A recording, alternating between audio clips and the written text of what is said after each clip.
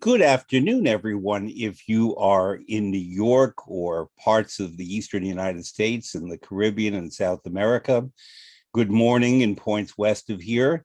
Good evening if you are in London or Lisbon. Good later in the evening if you might be in Aix-en-Provence or Paris. Special greetings to people in Helsinki and all of Finland who are listening tonight. Always special love to our dear beloved ones in Ukraine. We are with you. Be yourselves and stay strong.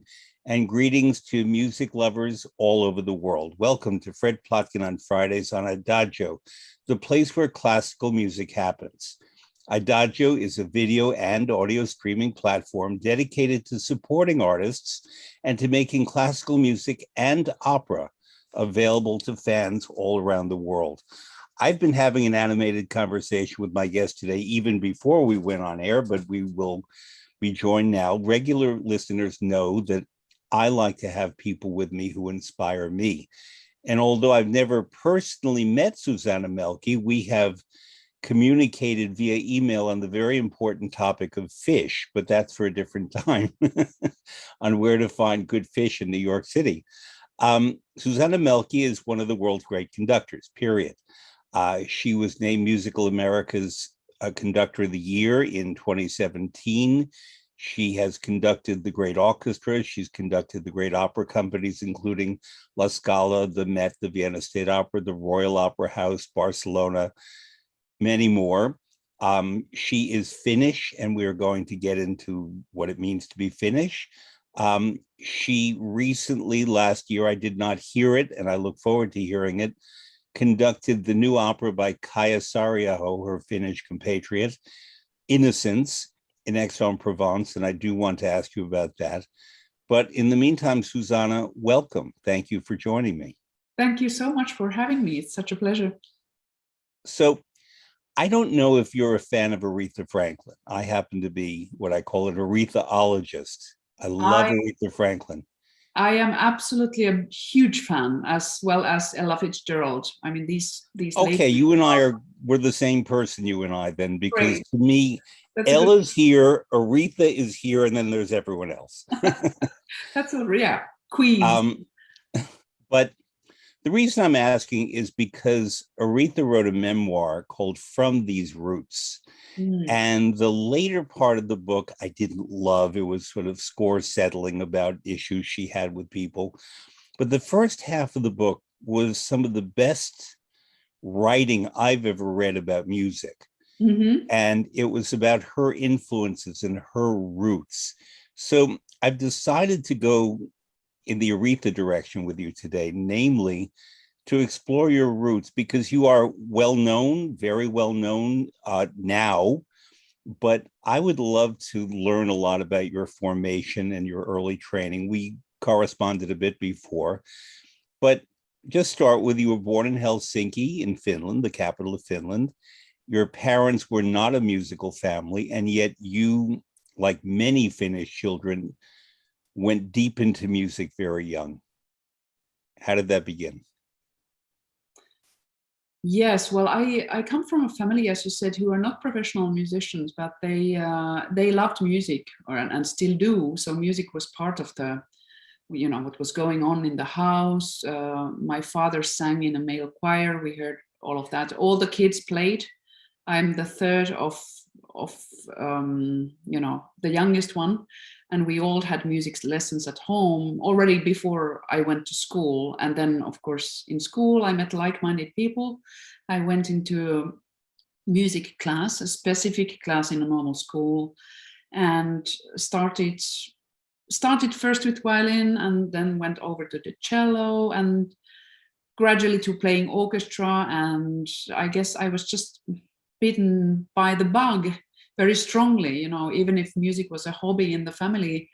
I think what made me be the one who eventually became a professional musician, I don't know, because everybody is able to sing, in tune and everything, but maybe there is just something that had to happen there. And I also found friends I could play with, and yeah, it was a passion that grew gradually and but steadily and strongly. And then without finishing school, sort of the age of 15, 16, I was already quite sure that I wanted to become a professional musician.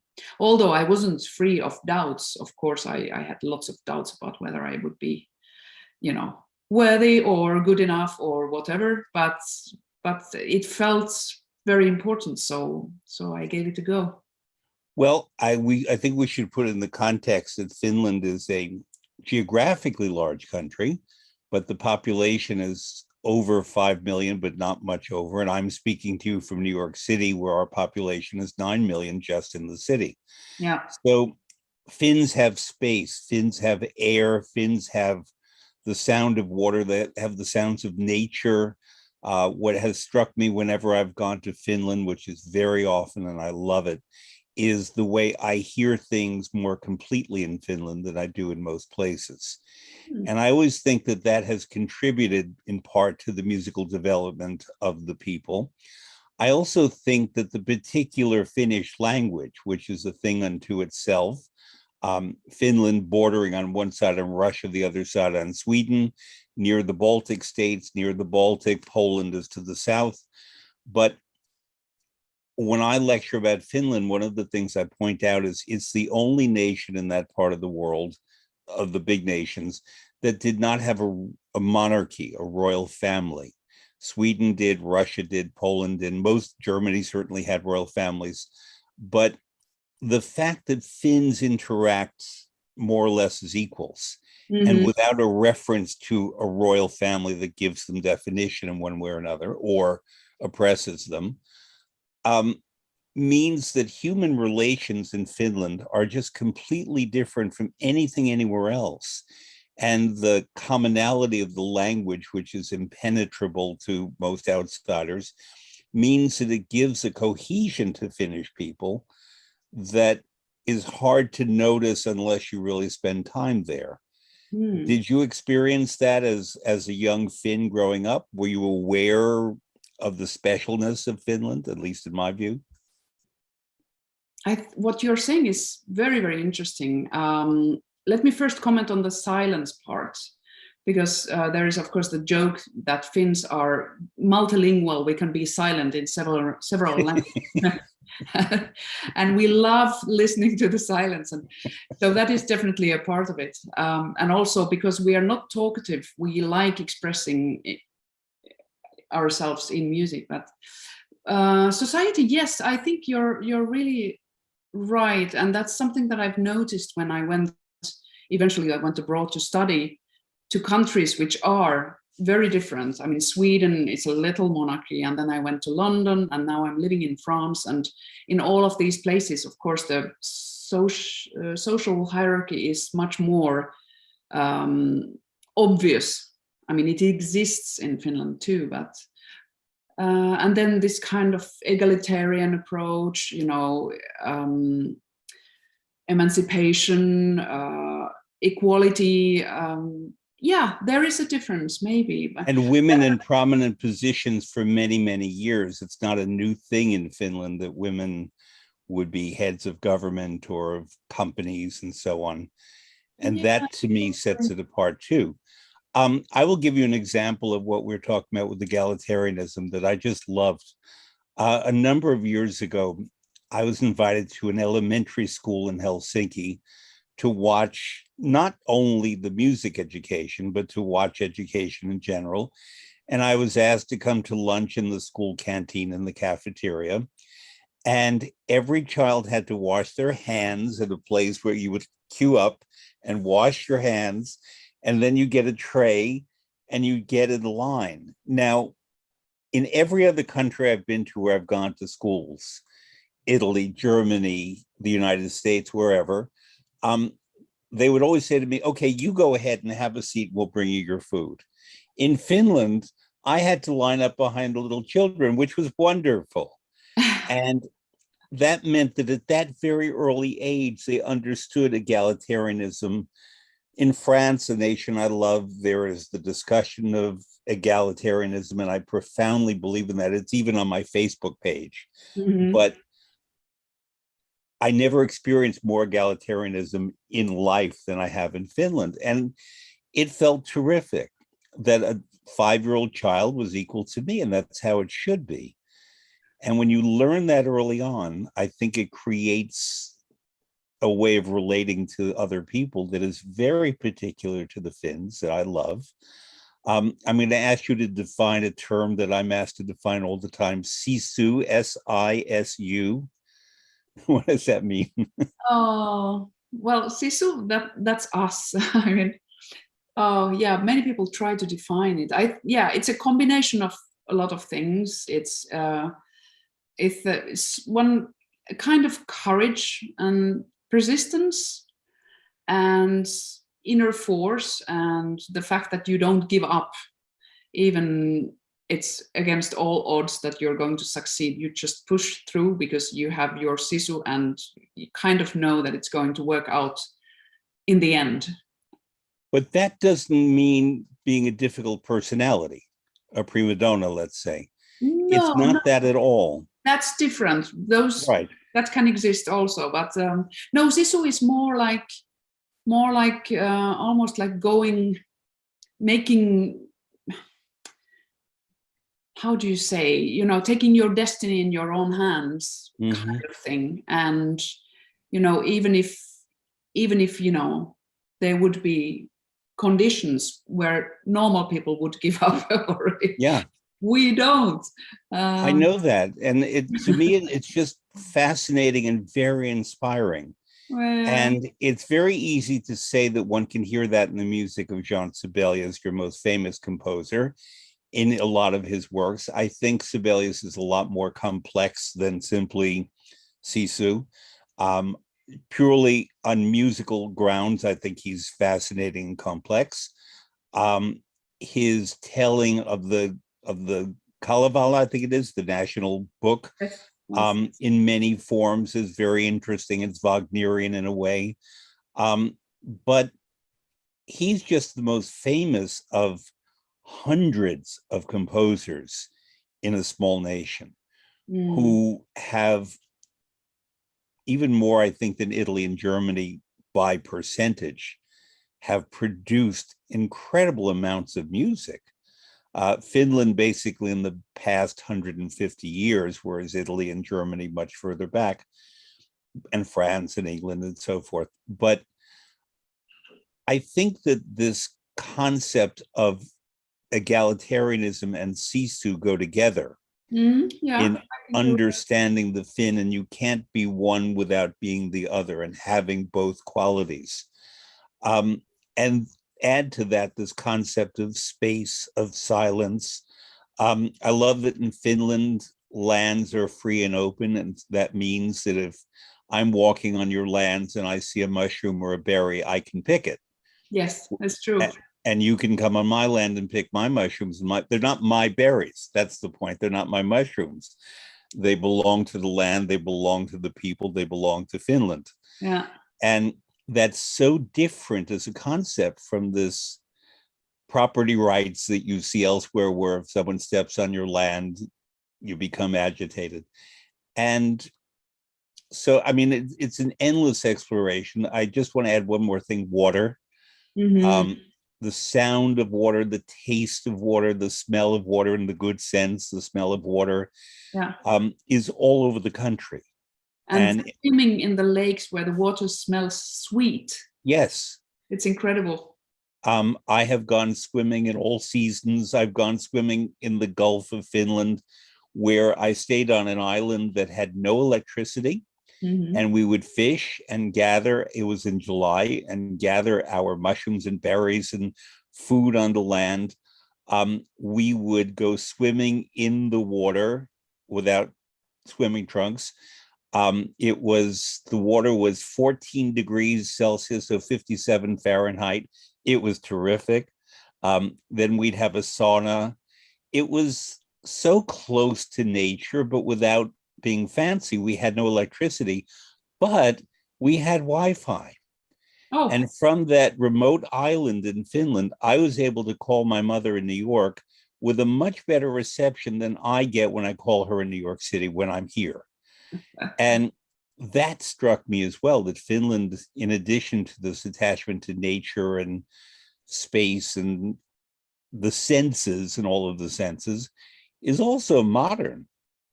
the sort of contradictions. Yeah. Yeah. And therefore, when I meet a Finnish musician, I can smell the sauna soap as part of the encounter. I bring my knowledge and my love and respect for all of these aspects to their work and to their personhood. And sometimes Finns are a little surprised my attachment to your country, but I think you can tell it's very genuine. For sure. So I know that as part of your roots, that you early on played cello. You began with violin, but switched to cello. And I think that's a big part of your development, I'm guessing, as a musician, perhaps the sound that you prefer, the way you make sound. You tell me. Oh, yes. Well, being a string player, if I'm thinking of it now as a conductor, of course, having an idea of string playing in general is really a resource. And also having played in section, having played, string quartets or cello section or string orchestras or whatever, and also having played bass line in so many works, you become very aware of musical structures. And then the social side also, playing together with others. I think that's for almost all other instruments except for the piano. That's really a huge part of the musical training, and of course there's chamber music for pianists as well. But I think what probably was one of the reasons why I got so swept away by the cello was that I immediately played in orchestras, and I found the social bubble, so to speak. I loved being in those environments, and it felt so much more interesting to play accompaniment than playing the melody. Somehow, I just loved it, and it has definitely shaped my musical personality. It's interesting to think about it now because, of course, cello is a melodic instrument, and there are so many things I love about it. It's also, the singing part, the vocal arts in cello playing, and all sort of melodic playing. There are so many things you can do, the articulation and the tiny tweaks of intonation and the, my vibrato and all those colors. And sometimes as a conductor, I actually have to hold myself from interfering too much into the territory of individual musicians because I know that it's it's their it belongs to them. Of course there are things which need to be coherent and so forth, but I think that's one of the reasons why I'm also so enjoying working with singers, because this kind of melodic thinking is so like a second nature to me. I just love, I think phrasing is the highest art, and there's so much you can do. So yes, definitely an important part of my musical development. When I talk to singers and ask them what musical instruments they played in their upbringing, if they did, many said the piano. Placido Domingo, for example, famously studies his own music that he's to perform on the piano. But certain musicians, certain singers I meet began with stringed instruments. I began with clarinet. I come from a different side, and I studied singing, but it was really to work in opera rather than be a singer. And but I've noticed that singers who played string instruments, and let's stick to the cello for now, breathe with more knowledge and more intention, because they seem to equate, or actively or not, the bowing and the way a note can be prolonged or diminished with the bow is something that they can then achieve with the voice. Now, when you work with singers, because you've conducted a lot of opera, do you introduce those concepts, or do you have, I know many conductors, especially in the past, but also to some degree today, will interject with suggestions about interpretation. Do you do that? And where does your suggestions come from? You mean when I work with singers, whether I suggest phrasing to them and things like that? Yeah. Yeah, of course. I think it's part of the dialogue. I usually ask about breathing, because they are they know more about breathing than I do, but we can always discuss whether, if we have a choice between that bar or that bar, then I think it's very nice to discuss what are the pros and cons of each option. And I think it's actually, my part is really, when I accompany singers, for example, is that the energy is flowing. That's the feeling of whether you have enough air, for example, is really depending on whether the orchestra is feeling heavy and it's not moving anywhere, or whether the orchestra is really carrying the voice. And I think some of that is better done unverbally, but I hope to create that feeling for the singers, that they will always, I mean, I want to hear, because there are also, variations. Some days, there's so much air and it never ends. And there are other days when actually you need to help out a little bit. And those things are really interesting, but they don't really need to be discussed that much, I think. But then, yes, of course, I mean, there are questions of timing. I mean, so many things, depends on how much time you have, what kind of, if you are really on the same wavelength, you can talk about details endlessly. And of course, the orchestration is guiding so much. And sometimes the composer builds freedom or non-freedom, and we have to live with that, I like that expression of freedom and non-freedom. So Handel would be freedom, Richard Strauss would be non-freedom, perhaps. Well, Stravinsky is, let's say that Stravinsky is less freedom than Strauss, even. Strauss, true. Wagner. And yeah, it's interesting. And sometimes, whether, even if I would love to be able to give time, I can't, because the machine is ticking. But of course, great composers, like now I'm studying the Trittico, and I mean, it's incredibly impressive how this man of theater knows exactly where he doesn't put anything in the orchestra, so that the action and the singing can be more free, and it's just all there. It's incredible. So I'm going to describe the Trittico for our listeners who may not know it. It's by Puccini. It's less known than some of the famous works like Butterfly, Tosca, Bohème, maybe Manon Lescaut and Turandot, but it's 3 one-act operas. And he was inspired by Dante's Inferno, or by Dante's Divine Comedy. And the 3 operas represent different phases of the Divine Comedy. Il Tabato, the first one, the cloak, is Purgatory. The second one, Suor Angelica, which is my favorite Puccini opera, is Paradise.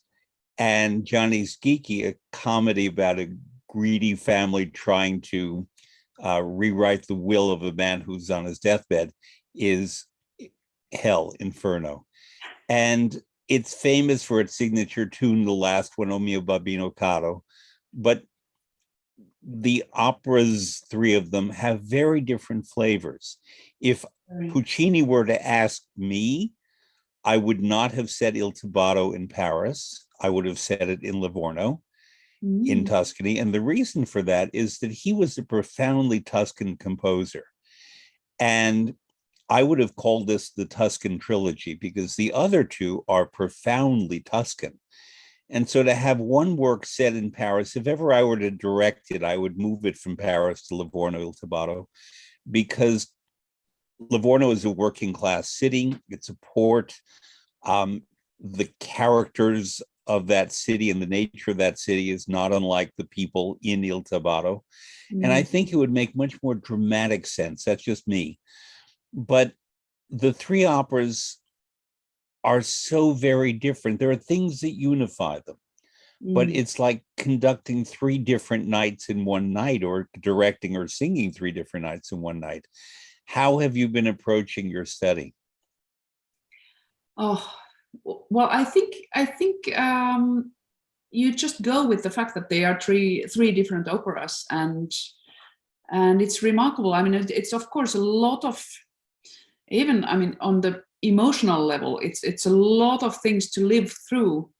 It's interesting also what I've seen, that directors sometimes change the order.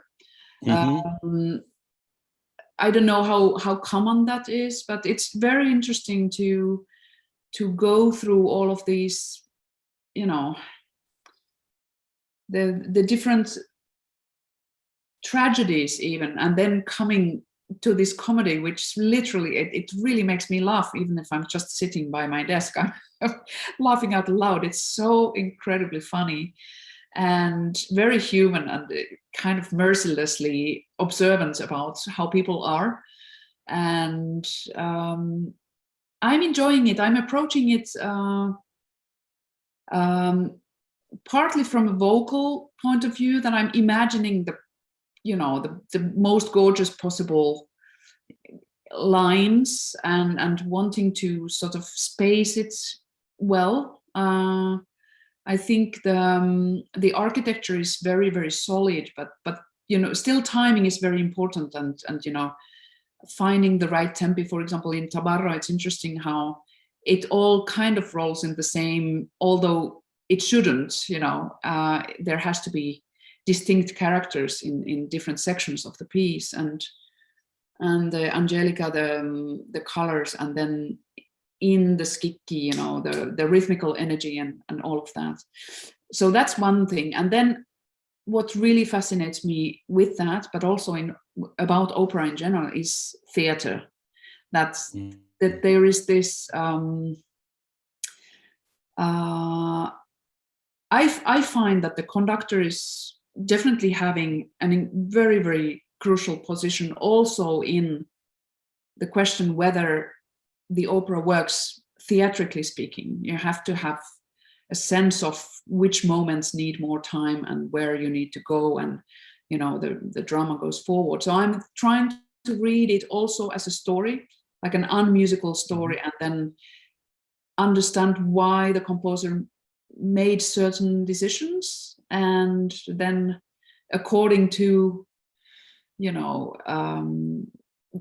not giving in to all temptations, because that would just be too much, but choosing the moments which I find are the key moments maybe in the story. And this I'm also looking forward to discussing with the director and with the singers and all of that. So it's a lot of different points of angle, but I guess so. A few questions on that. Do you happen to know whether the three women, which is to say Lauretta, Giorgetta, Angelica, Lauretta, will be played by the same singer or by three different singers? Three different singers in this setting. Yeah, that makes sense. Although occasionally Teresa Stratas or Renata Scotto will do all three, and it's very exciting. But there are three such different voice categories and styles. Yeah. Incredibly different. Yeah. I heard that Asmik Grigorian did all three recently. I could imagine she could, yeah. She's sung Butterfly, she's sung Salome. And then it's kind of like, I think Puccini put I'm getting confused. Gianni Schicchi last, because it's lighter for the soprano. It's sort of like it's dessert after the big meal. Yeah, yeah, yeah, yeah. and it makes it easier for her if she wants that. Um, as I said, I think Suor Angelica is Puccini's best opera. I think it's a perfect opera, as good as any opera can be. Mm, James Levine once said to me when he was talking about Gluck's Orfeo, there is no better opera. And I noticed the way he phrased it, that there may be other operas as good as Gluck's Orfeo, but there is no better opera. And mm-hmm, I would put in the category of there is no better opera Suor Angelica. mm, Um, I'm not a Catholic, I'm not religious, but I completely understand everything that she feels. It's set in 1295 in a mm, convent in Tuscany. She had a child before going to the convent. She learns the child dies. There is a certain um, transaction, let's call it. I don't want to spoil it for people who haven't seen it, between the memory of the child and Angelica herself. The way Puccini painted that in music is just something extraordinary, it is. It and is. points to me the fact that someone cannot be a Catholic, Italian, religious, and whatever, and completely be swept away by what he's depicting on the stage. Mm. Yes, and it's also very powerful because it's seemingly simple. You know, it has lots of sort of very, very, very, yeah, these tunes that they are singing in the convent or monastery, wherever they are, and they are relatively simple. And then with those, gradually he builds up this huge dimension, which is just otherworldly, and yeah, it's masterful. Literally otherworldly, that's the intention. Yes, yes, And exactly. so after the big drama of that, I think it was so interesting that he would follow with the comedy. Mm. As I said, I'm not a singer, but I've appeared in opera productions. My favorite role was actually the dead man in Johnny's Key. Wow, that's great. All I had to do was not laugh. Which is difficult. It is difficult, actually, with all the comic things happening on the stage. It is a comic masterpiece. It is. It's so interesting that Puccini was able to achieve that. And when you have this powerful drama and then you have the uh, comedy, Tabato gets forgotten, but I think that Tabato is a wonderful work. It's a more traditional Verismo work in that it's basically the story of a woman in a loveless marriage. She has an affair with another man and her husband kills that other man. Now, that's basically the story, but it's done with such drama and power, especially in Puccini's orchestra there, Oh, that yeah. I don't know. Tosca's great, but I kind of like Il Tabato more. I do too. Okay, that's two of us. But so I'm very happy that you are working on that. Yeah. So my next question about Puccini is the following.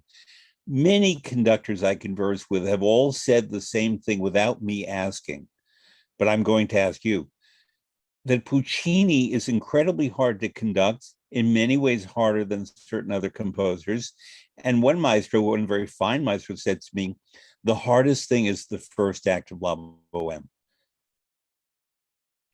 Have you encountered challenges with Puccini that you want to talk about?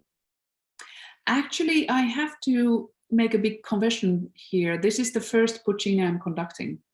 I'm starting with Oh, good. You're starting with the best. Okay. I'm starting with the Trittico, but I would love to conduct La Boheme because I can feel the virtuosity in it.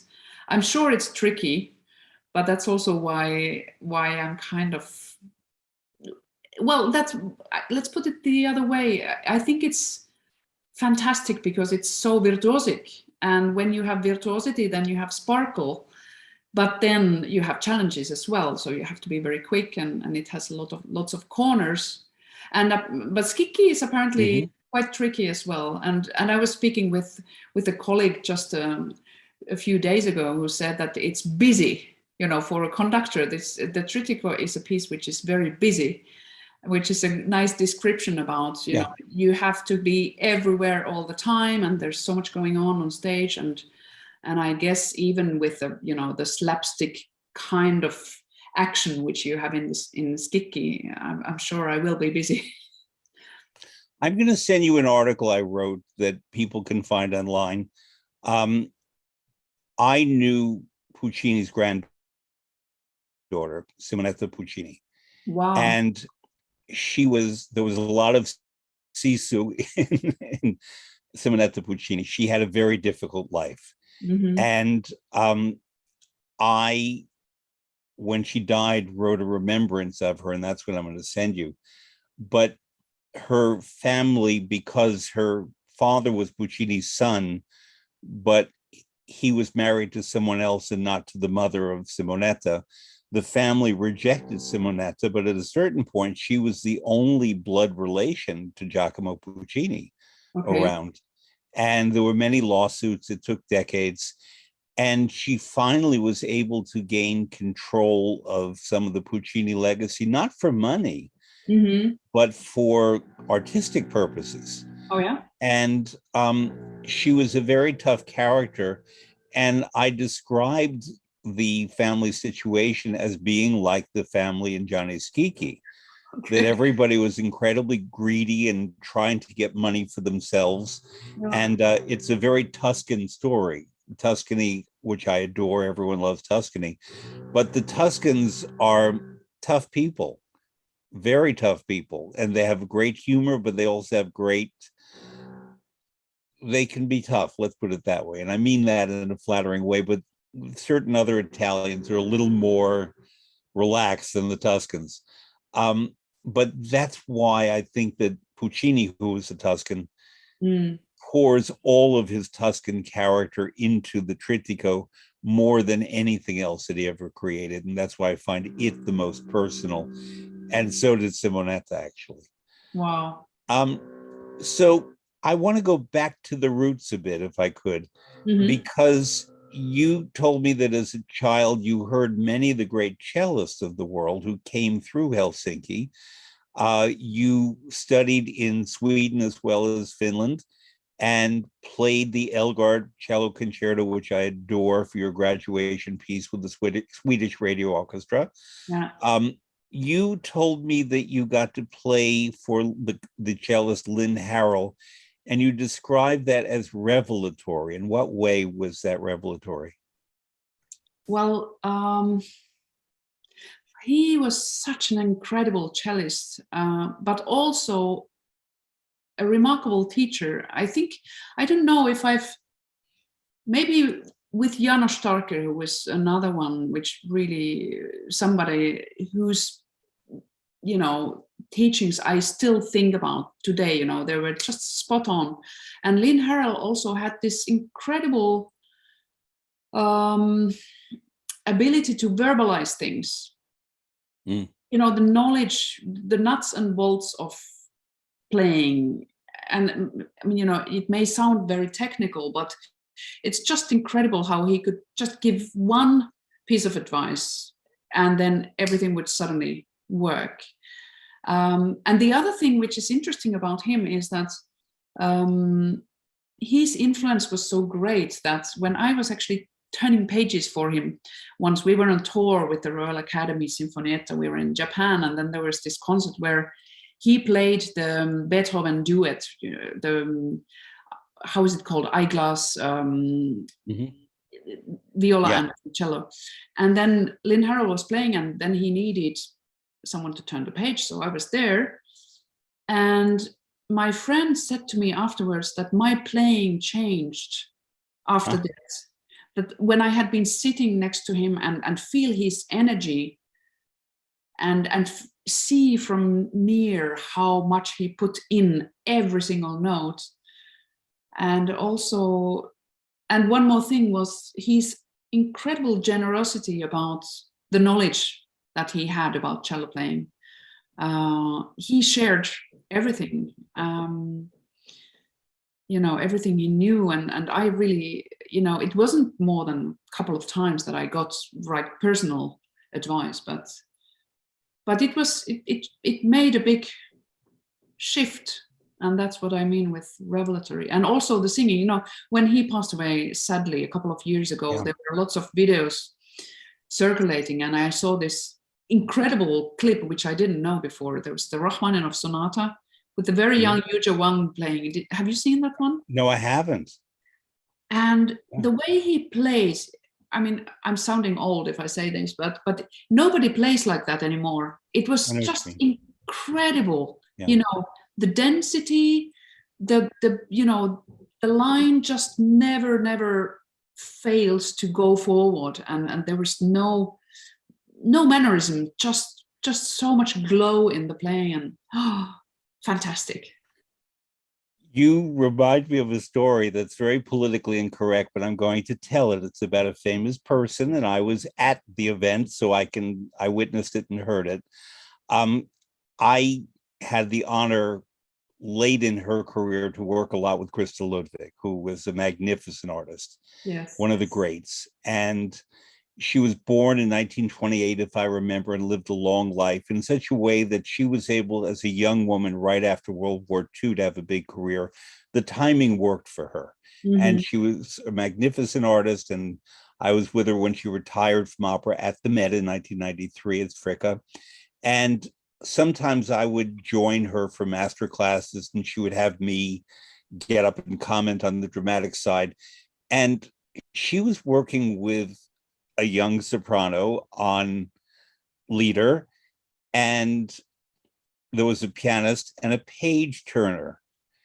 And Christa was in the audience, and the singer began to sing, and Christa, after one note, said, "No good, no good." And she got up on the stage and she said, "The page turner is no good." And we all said, "Why?" And this is what's politically incorrect, but it happened. "The page turner is prettier than the singer. No good. We have to get a man to be the page turner." We want people to look at the singer, not the page turner. And yes, that was super practical. And I could understand it coming from Christa Ludwig, who was not difficult. She was a great colleague, but very, very practical. And in her view, that was more important, that everybody look at the singer. I understand that, but I never draw attention from the soloist. And I felt bad for the poor page turner, who it was not her fault. Who came to stage, of course. I know. So you've told me also that maybe this is geographical because you grew up in Finland, that the nearby presence of Russia and its great artists, and I know that politically today Russia is not beloved in a lot of places. My background is part Ukrainian, part Russian, but part of Finland became part of Russia for a while, Karelia, and there is a strong cultural influence of the great Russian musicians and composers. St. Petersburg, there's a train, I don't know if it still is, from Helsinki to St. Petersburg, about 5 hours. And so that's the distance. And you described, when we wrote, the influence of the Russian tradition in terms of sound and performance. And talk about that. Yes, well, it's something that I've become aware of later when I've gone further west, so to speak, and for example in France, where the string playing tradition is extremely different. And then we also, of course, we know that a lot of Russian and Eastern European musicians emigrated to the US as well. So many of the great teachers in the United States were from that origin. But I think it goes on several levels. Firstly, in string playing,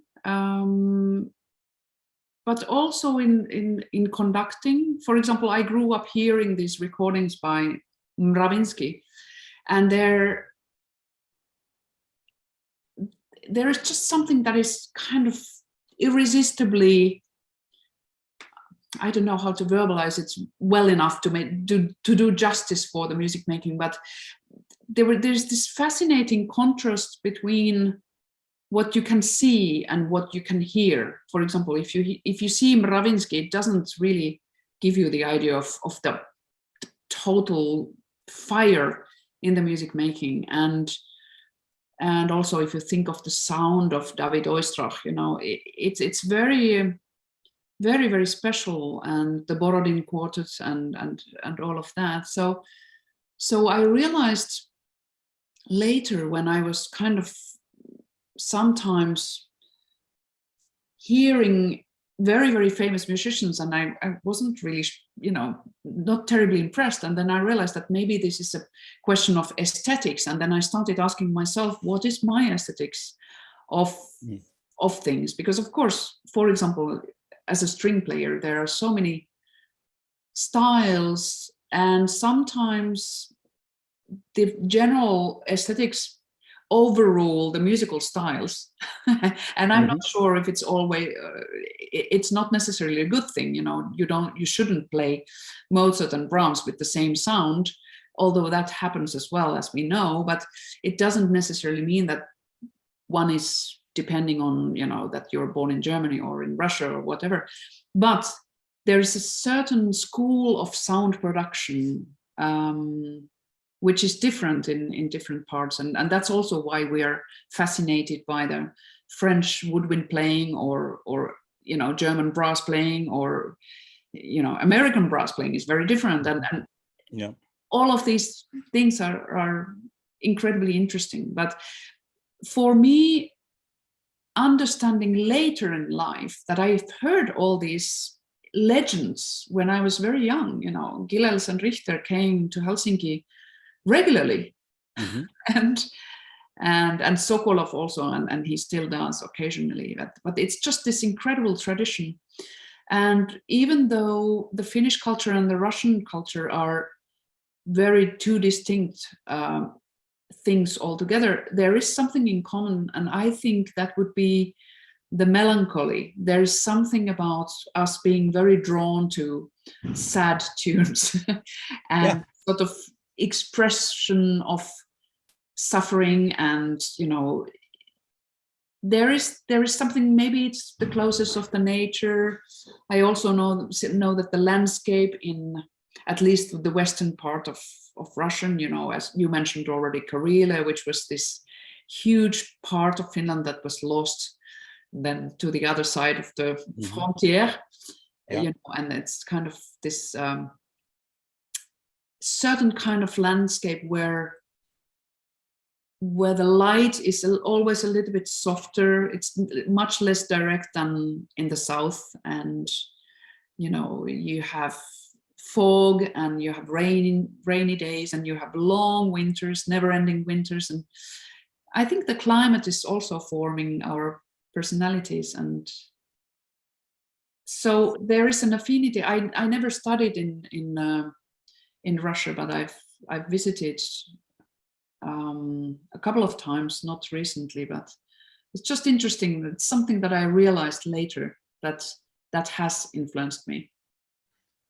I have worked obviously a lot in Italy, and not just in opera, but also in film somewhat. And I knew Marcello Mastroianni, and Marcello Mastroianni loved making films in Russia and with Russians, because he said that compared to the Italians, and especially the Neapolitans, who have their joyous side but their dark melancholy side, the Russians really could dig in a lot more to that feeling. And that he was inspired by the Russian landscape and the people, and even the sound of the language. Mignon Dunn, the great American mezzo-soprano who sang in many, many languages, she was from Memphis, Tennessee, is from Memphis, Tennessee. I was chatting with her once about the languages that she loves, and with a Southern accent, she said, well, I was singing French and Italian and German, but honey, I love that Russian. And I said, why? And she said, well, you feel it more. And there is something, there is something. I mean, when I hear Tchaikovsky operas, all of them, not just Onegin, but really all of them, especially I love Peak Dame is my favorite Tchaikovsky opera. You just feel it in the language, and I don't speak Russian. I don't either. You feel it, and the diminutives and the caresses and the way that older characters, the babushkas, the grandmas, have a role and a presence as history and witnesses. They're often the witnesses to what is happening to the younger characters, and they remember that they too, whether it's just the grandmother in Onegin or the old countess in Pikdam, that it's in the women in those operas, which is very interesting. The men are certain kinds of figures. They're either tormented or noble or evil. The Mussorgsky operas are much more dramatic and so forth. But the women in the Tchaikovsky operas are really, it's like Puccini's women in a way.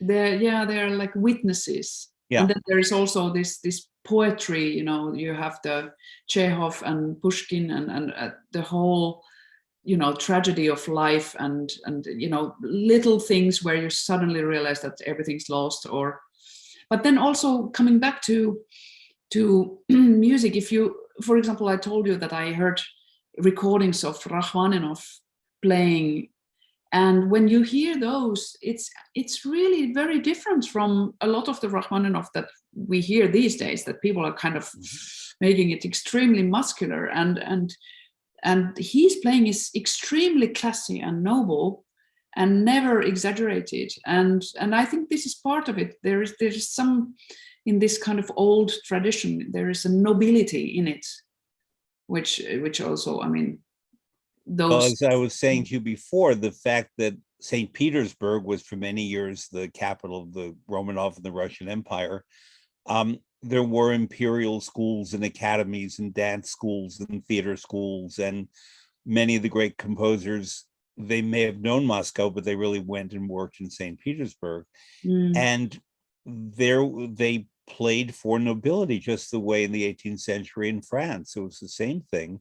Yeah. And Denmark, you feel that a bit in the style and the certain graciousness of the performance. You feel this a bit in Stockholm. You don't feel it, this is my opinion, in Oslo, the same way that Norwegian relationship, to quote nobility, is very different. The British are something entirely different unto themselves. But in Russia, when you see the ball scene in Eugene Onegin, that's all about society and status and proper dress, proper movement. The same as the arrival of Catherine the Great in Pikdam is all about Russian society of that time, of the nobility, not the poor. It was Mussorgsky who dealt with the poor. Yeah, and the expectation, you know, all these balls, when people are expecting something amazing to happen, so that, you know, other things happen after them, and you know, the hopes which are then crushed. I think it's, you know. Yeah. Yeah. So it brings me back again to Finland, that in the absence of that societal structure, the subject matter of Finnish operas and works is very different. It's very on the human level and on human issues. And the psychology is not the psychology of denial, say, as you see in certain Russian works, but the psychology of interaction, the psychology of solitude, the psychology of smallness surrounded by largeness, which I find expressed in a lot of Finnish music, and including all of the many contemporary composers, of which Finland has so many wonderful ones. What do you think about that? Yes, I think you're right. There are lots of works where it's like the little human being against the whole world, basically. Yeah. In the works of Rautavaara, for example. Yes, the kind of destinies, and you're all by yourself, and you have to survive somehow, or stories start from the point when you have actually already lost everything. Or yeah, it can be pretty dark. I think we have still some work to do in this sort of collective consciousness to come to Giannis Kikki, because that really doesn't. And also opera as a tradition in Finland is relatively young. I mean, we don't basically the glory. You know, it was after the Second World War when it started becoming an international art form. but now, of course, with the Saria operas, this is a whole different. Well, what I find interesting in Helsinki is that in the past, when it was under Russian and before that Swedish occupation, there was a Russian theater, the Alexander Theater, there was a Swedish theater, and the Finnish people were not allowed to speak or act in in Finnish, and therefore had these theaters. And the Alexander Theater was the opera house before the Finnish National Opera was built, a wonderful building with the best check room facilities of any opera house in the world, because everyone brings their boots from the snow, and they have a separate, every audience member has a separate compartment or space for their boots that they take off so that they don't bring the snow into the opera house. Right. It's terrific. It's very Finnish. So this old building was built actually, so we were an autonomous great duchy or something like that in the 19th century, before the independence, which was 1917, and the Russian, so-called Russian Alexander Theater was built for the regiment, actually, for the entertainment of the officers who were there. And then after the independence, it became the National Opera House, and it was tiny, but very, very cute little theater. Very cute. Similarly, the old opera house in Copenhagen was very That's tiny. right. Yes. Yeah, it's a similar feeling. Yeah. So there's so much I could ask you, but I think the next question I'd like to ask you is something you just alluded to, that people from small countries in terms of population, not in terms of physical size, are often expected to be exponents of their nation and their culture, whether it's Hungary or Finland or maybe Portugal in a different way, as opposed to the big nations like Spain, France, England, the United States. Austria is a small nation, obviously, but a very different nation because it was an empire. And is it a burden or a pleasure to be looked at, rightly or wrongly, as an exponent of Finland, when in fact you conduct every repertoire, Stravinsky and Puccini and Beethoven, and that's just in opera, and Sarajevo, of course, but you conduct a wide range of music. There are Italians, for example, such as Toscanini and Fabio Luisi and Gianandrea Noseda, who conduct everything. And then there are Italians such as Marco Armigliato and the late Nello Santi, who are looked at as Italian conductors, so to speak. Do you feel the pressure from others or the expectation of being a Finn or being a conductor? Well, I think it's a positive element, actually, that Finns, generally speaking, have a good reputation. So it's actually an honor to be part of the sort of brotherhood, or, you know, there are so many Finnish conductors, and they are well perceived in general. So I think it's a good starting point. But of course, there are also moments when, if you come to a place, to one of those, for example, big European traditional countries, where automatically there's a sense of being, you know, having more value than somebody from a little country.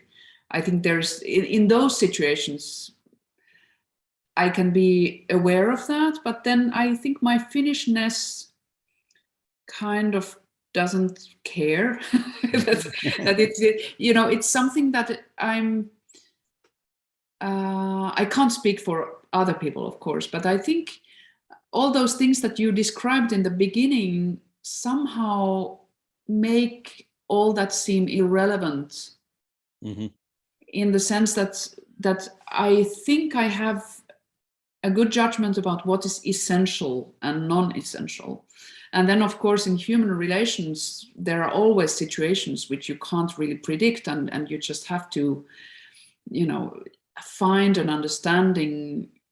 And different cultures have different codes of code de comportement in French. I don't know how that translates in English. Codes of behavior. Exactly. And when you go to a different country, suddenly you feel that there's some kind of signaling game going on, which I can perceive that it's happening, but I don't know what it means.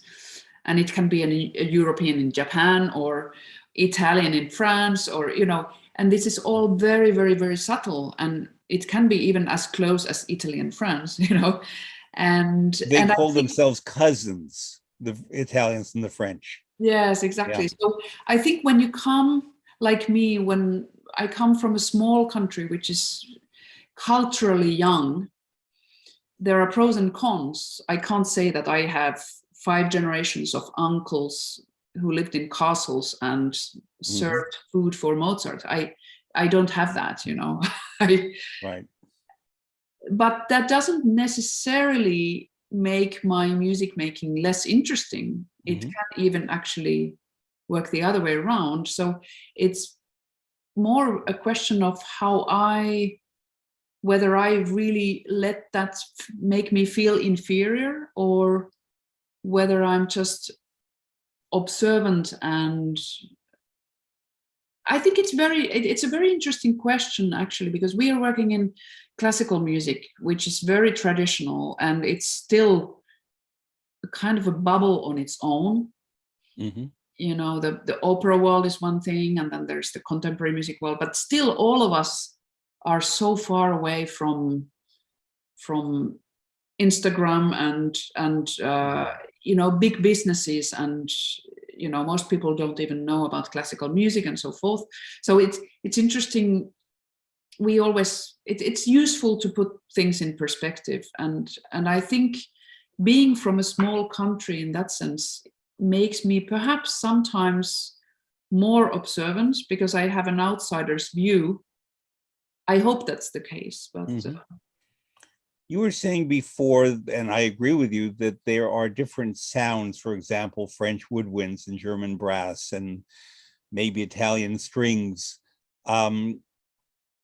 If you are working either in one of those nations or repertory, say a German opera, French opera, Italian opera, do you, in your approach to conducting, factor in that, let's say, Hector Berlioz may have focused on a particular wind sound in Les Troyens or in one of his symphonies, or that Wagner or Strauss may have focused on brass? I mean, that's pretty clear. Do you try to bring, let's say you're conducting Wagner or Strauss in California, do you try to bring the German brass sound to your performance in California? Do you try to bring, if you're conducting Berlioz in California, that wind sound? How do you take the music of a place and bring it to another place and try to make it sound as it should, the way you think it should? Yeah, well, I don't, it's probably not a good idea to try to change people's sound, because they have their own sound, and they're supposed to. I mean, that's why they are different orchestras and musicians. But you're right. We always have to capture the essence of things. So maybe you know, if we play Debussy in Germany, we have to look for certain kind of transparency, which will be a different transparency from the French one, but it's still related to, or Berlioz in California. I love that, you know.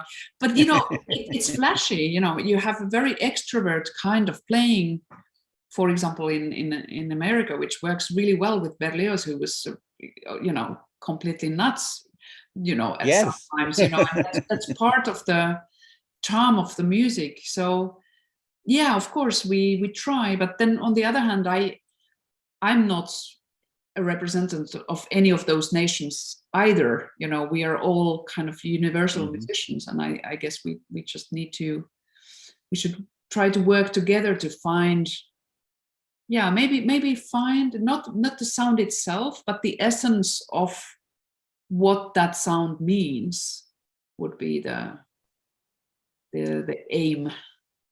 I don't know, have you worked with either the Philadelphia Orchestra or the Chicago Symphony? Yes, I have. With both? Okay. I asked because a number of years ago, the Philadelphia Orchestra had me come lecture about what's called the Philadelphia Sound. And there's a department store in Philadelphia called Wanamaker's that Mm-hmm. purchased 65 beautiful string instruments a long time ago. And they're on permanent loan to the Philadelphia Orchestra. So these strings don't belong to the musicians. They Uh-huh. technically belong to the store, but they are given to the orchestra. And when a string player retires, he or she passes the viola, the cello, the violin, the bass to the next person who will occupy that chair. Mm-hmm. And therefore, the Philadelphia sound is based largely on those same instruments, which are a constancy. In Chicago, where George Schulte worked for a long time and brought a particular sensibility about the brass, and I would argue also understood the particular brassy, in a wonderful way, character of the people of Chicago, Mm-hmm. that he mirrored for them their personalities. Mm-hmm. And that brass tradition continues in Chicago in a way that the New York Philharmonic or the Boston Symphony may not show. Mm-hmm. They have other strengths and virtues, but you always notice the brass in Chicago and the strings in Philadelphia. Yes. Did you, in working with these orchestras, come knowing that, or did you discover that when you stood in rehearsal? Both. Mhm. I knew about it, and then I was still blown away by it. Um, and the Philadelphia, I mean, the string sound is, you spoke about it, and it's really unique. But I think it's also the tradition of the high energy playing. It may also be, I don't know, I mean, there are many people who know better, but you know, the tradition of the teaching, you know, there's the Curtis Institute, and you know, the certain kind of playing which is very, very, very prolific. You know, I think lots of people come from that school, so to speak. And then the tradition is carried on. Mhm. Also, the stories that they played in a concert hall where the acoustics was bad, but then they worked against that, Yeah. and created their own sound. But yeah, I mean, when I think my very first concert in Philadelphia, I did Brahms 4, and the sound of the strings, I mean, it's just that the energy level of the playing and the thickness, I say that word, you know, when I'm looking for a better one, but it's quite unique, and it still is that way, and it's great. It's fascinating. And as you say, also the brass sound in Chicago, I think there is also a part of it is that people are very proud of their tradition, and they want to keep that quality in their identity. So it's passed on, and when they recruit new generation of musicians, they want to find people who understand that and who are willing to work on that. I think all orchestras work that way, by the way, because players Mhm. are choosing colleagues. So the tradition is Yeah. preserved in this way. Today is October 7th of 2020, and tomorrow the New York Philharmonic opens its new hall, David Geffen Hall. And I'm not going tomorrow. They're doing a piece that was composed as a celebration, but I am going next week to the first full program. And the hall was shut for 2 years intentionally. It was supposed to be shut longer, but Mm. the pandemic had the result of giving them more time to work on rebuilding the hall, and they did it more quickly. Um, Concert halls represent, number one, the ability of an orchestra to play well, but number two, a certain identity for a city. New York City has Carnegie Hall, which is the most famous one, but it's good to have more than one. Mm. Um, you and I know that Helsinki builds concert halls the way people in Texas build sports stadiums. And they, a number of years ago, had a debate about whether it was necessary to build another concert hall. Do you remember that time? It was near the Sibelius Academy. There's already Finlandia Hall. And talk about the value system of a nation or a city, in this case, Finland and Helsinki, that would consider building more concert halls? Yes, well, this was a huge topic, of course. The Helsinki Music Center had the 10th anniversary, actually, just this autumn. There was this opening week in September where that was brought up, and of course all the debates years before the construction even started were very colorful, because there was already an existing concert hall, and as seems to happen way too often, or maybe even in New York, that there was a concert hall which was opened in the past and it didn't fulfill the expectations of people, and it wasn't great. But then the problem is that it was so expensive that you can't say that it isn't great, and then you kind of live with it, and then the need just becomes bigger and bigger, because the working conditions, acoustics is basically the field where musicians play.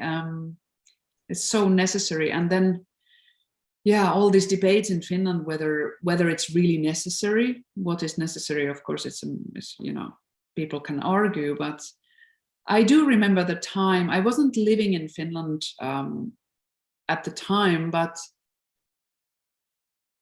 it was really felt like a victory that the decision finally came, and it's still built with mostly public money, if I'm correct, actually. Yeah. So it was really a decision from the city and the state, and it was a collaboration between two orchestras and a music conservatory to build it together, right opposite of the parliament. So it was really a piece of land which was kind of waiting to be having a concert hall, but it was empty for decades. And the old hall, just the value system that a nation would put a concert hall next to parliament. Yes, right. There's a lot.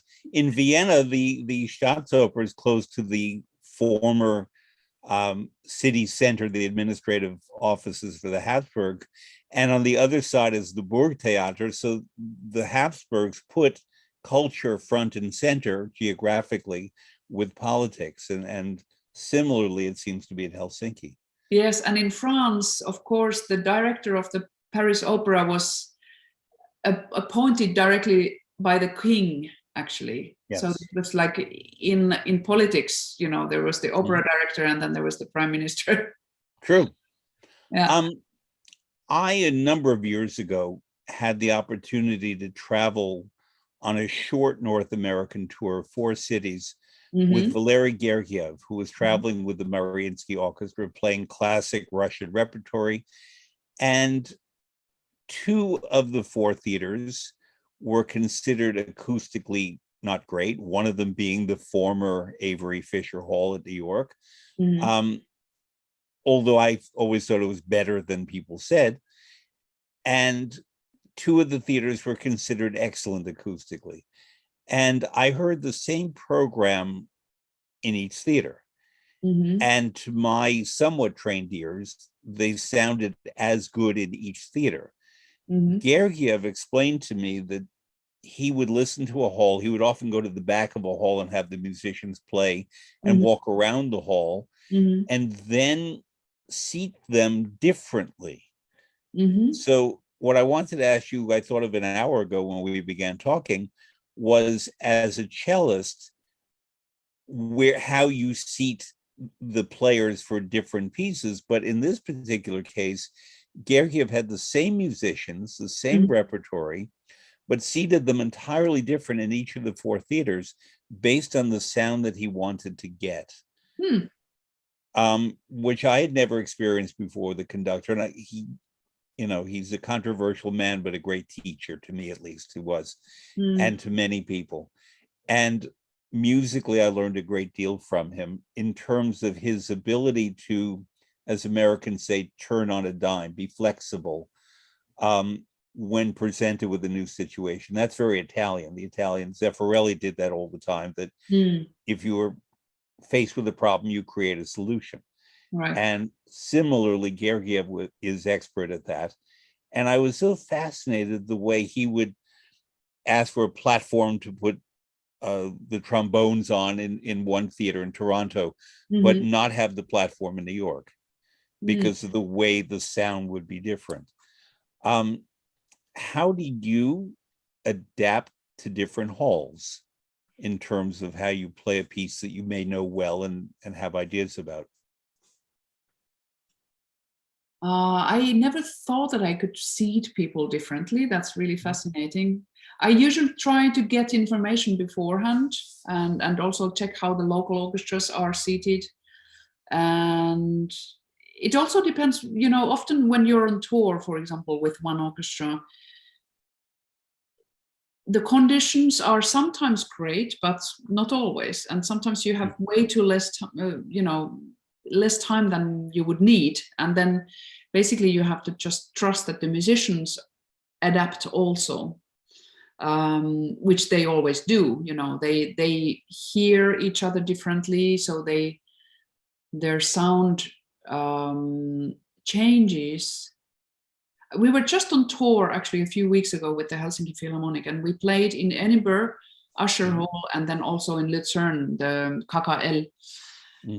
And it was a By program. Jean Nouvel, that hall. Yes. Yeah, that beautiful hall. Yeah. It's beautiful, but it was also absolutely incredible acoustically. And it was like actually quite unique because there are halls where the sound is great, but the feeling is not so comfortable necessarily. You know, what comes out can be magnificent, but you kind of feel unsure. Musicians say that they can't hear themselves. They say, it sounds great. They say, oh, really? Because we feel awful, you know? And in the KKL, what happened was that everybody seemed to hear everything and themselves and the others and the whole. And the sound just relaxed into this kind of, you know, it just became more and more open. And those are the things, you know, it has nothing to do whether I did something or not. I think basically it's like the atmosphere. It's the resonance which affects us, even on a sort of cellular level, probably, and energetically, and the confidence. We played repertoire where, you know, maybe people never really understood the piece, and then suddenly, for the first time, they heard something from the other side of the orchestra, you know. Oh, I've never heard this bassoon line. Oh, the piccolo is playing, you know. And this is so fascinating. And of course, conductors try to hear everything, but musicians don't always do that. So yeah. What we can do usually is to sit tighter or, you know, wider, but I've never heard of really it was orders. Fascinating to me when he did that. Yeah.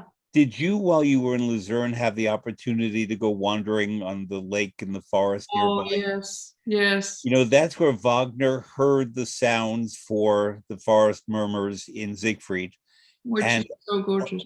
A lot of the sounds of nature that we hear in the Ring, but especially Walküre and Siegfried, came from that area near Lucerne in Switzerland, because he lived just outside of there for a while. Yeah. Did you happen in your travels to get not too far from there to where the Rachmaninoff Foundation is in Switzerland? I haven't been there yet.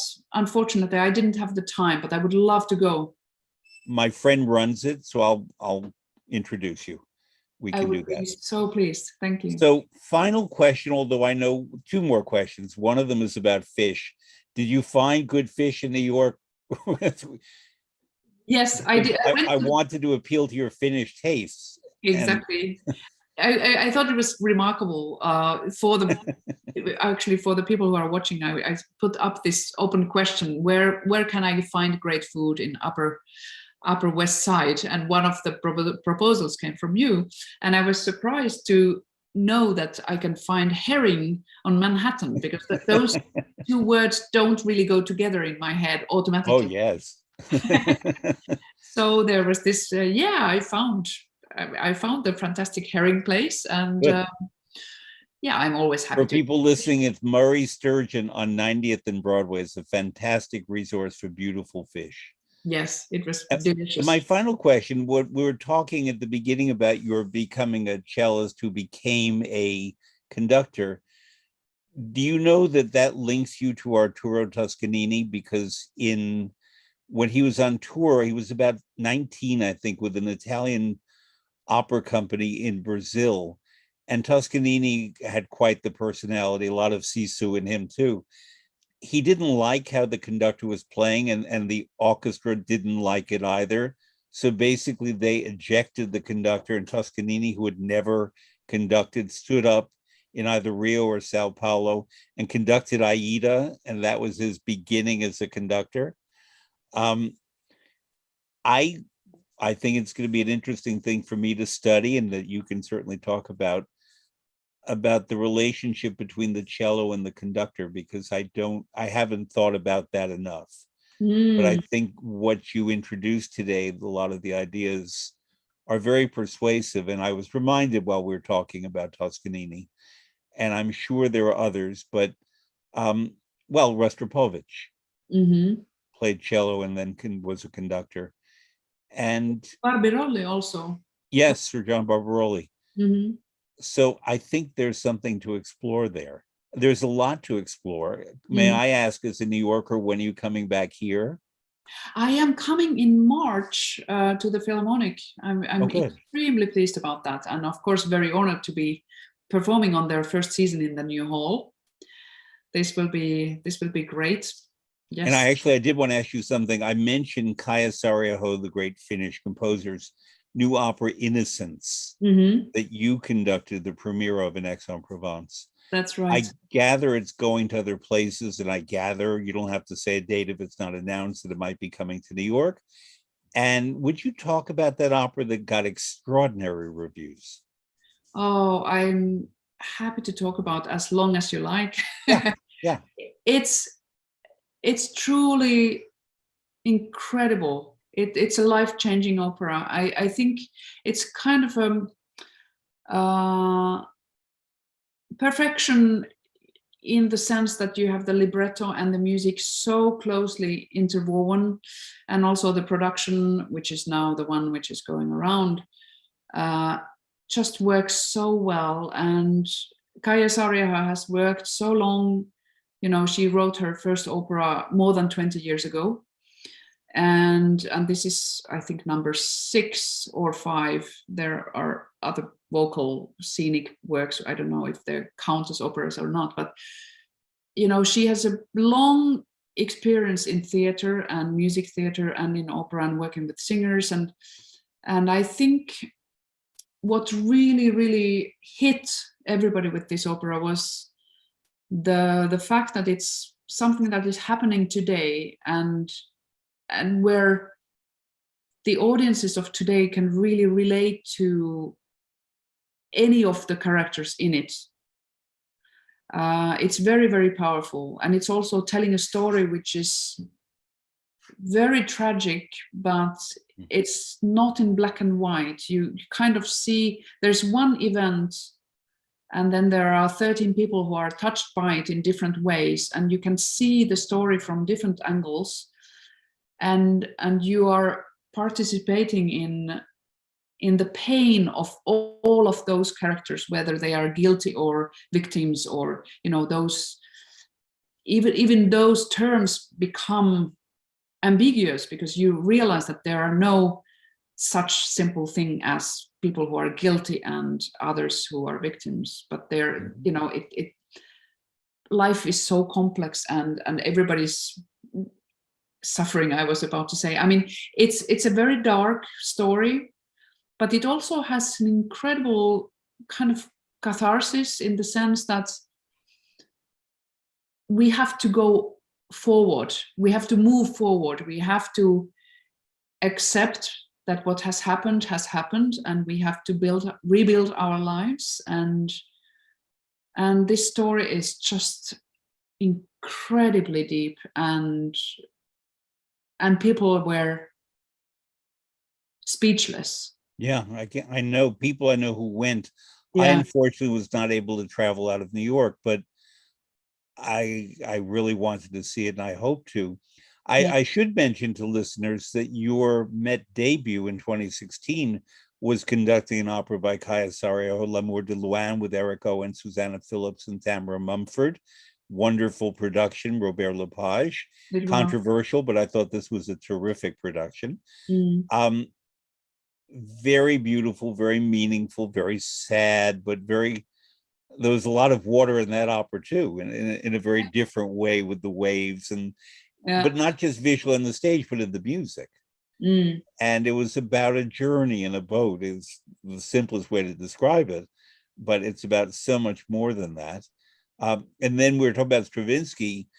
You conducted a really wonderful production by Jonathan Miller of the Rake's Progress recently at the Met last May. And I saw it. I think you did 4 performances. I went to 2 of the 4. Yeah. And it's a great work.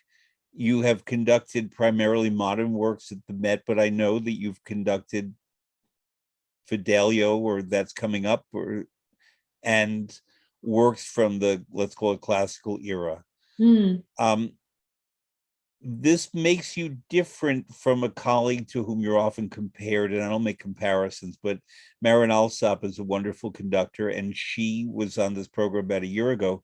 Mm-hmm. And she said to me, she surprised me by saying that she probably won't do the Bohèmes, the Puccinis, and the classic repertory, because she said, I don't think I have anything to add to Mm-hmm. that. So she focuses on contemporary work. Mm-hmm. And you clearly and rightfully conduct from all eras. Mm-hmm. And but you're also very much an advocate of the new. And it's an interesting combination. What, I don't want to put you in Marin Alsop's head, but what do you think about musicians who say they have nothing to add to the standard or the classic repertory? Well, it can mean many things. I think it can also be, out of respect to the territory where you don't necessarily feel that you belong. For example, I say about Baroque music, I love listening to it, but I leave it to the experts, because because I think there's so much knowledge that is too far away from what is my comfort zone. And of course, we are all hopping around different centuries as musicians. I think everybody's doing that, but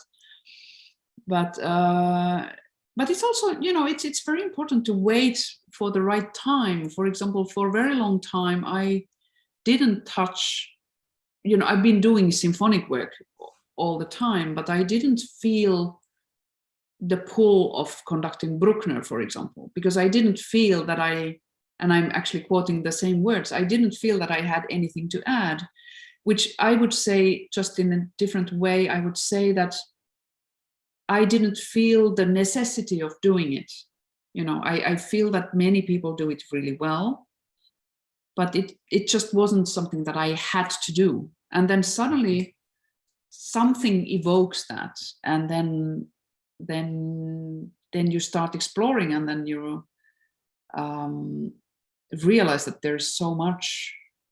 And sometimes these choices in my career, I said to you earlier that I have a favorite Puccini recording that I was listening, all the time when I was younger, and I was always dreaming about getting to conduct La Bohème, but this is now, I'm in my early 50s, and this is the first one that has come my way, and it was not something that I chose not to do. It just didn't come. Mm-hmm. So sometimes these choices are conscious and sometimes not. I don't know exactly what she meant, but I find the sort of grain of salt in career is that you can have different periods in your career as well. That there are times when I was doing more of something, and then I leave it for several years, and maybe later in life I will come even to Baroque. Who knows? But yeah. I would imagine that you're in a position in your career where you can ask opera companies that I would like to do the following work, and they would find a spot for you. I would love that. Well, so let's say I'm the head of an opera company. Name 3 works you would like to conduct now. Well, I could do Meistersinger. I would love to do. Does the ring count as 1 or 4? It counts as 4, but yes, you can do all 4. Thank you. And then can I have another Wagner? Yeah, sure. Yeah, we could do Tristan, for example. Just start So with those. I see the direction where you want to go. It was very, very delicately hinted, of course, but Yeah, I know. So I have that's fine, you're hired, but I have a question. I don't want to say favorite, but if I had to say favorite Wagner opera, it would be Tannhäuser, which is an opera that does not get a lot of respect, I think, compared to some of the others.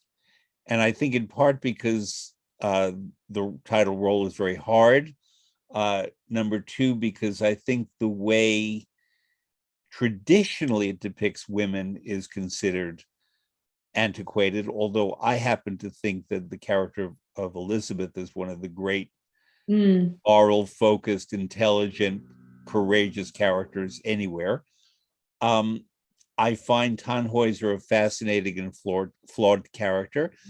I find the music extraordinary. The chorus is amazing. sure. It has everything. It has scenic potential, but I think that some people say, well, he got better after that. But it's a great opera. I agree. Yeah. It is beautiful. So when I hire you to conduct Also, those Wagners, you're also doing Tannhäuser. I'm okay with Tannhäuser also.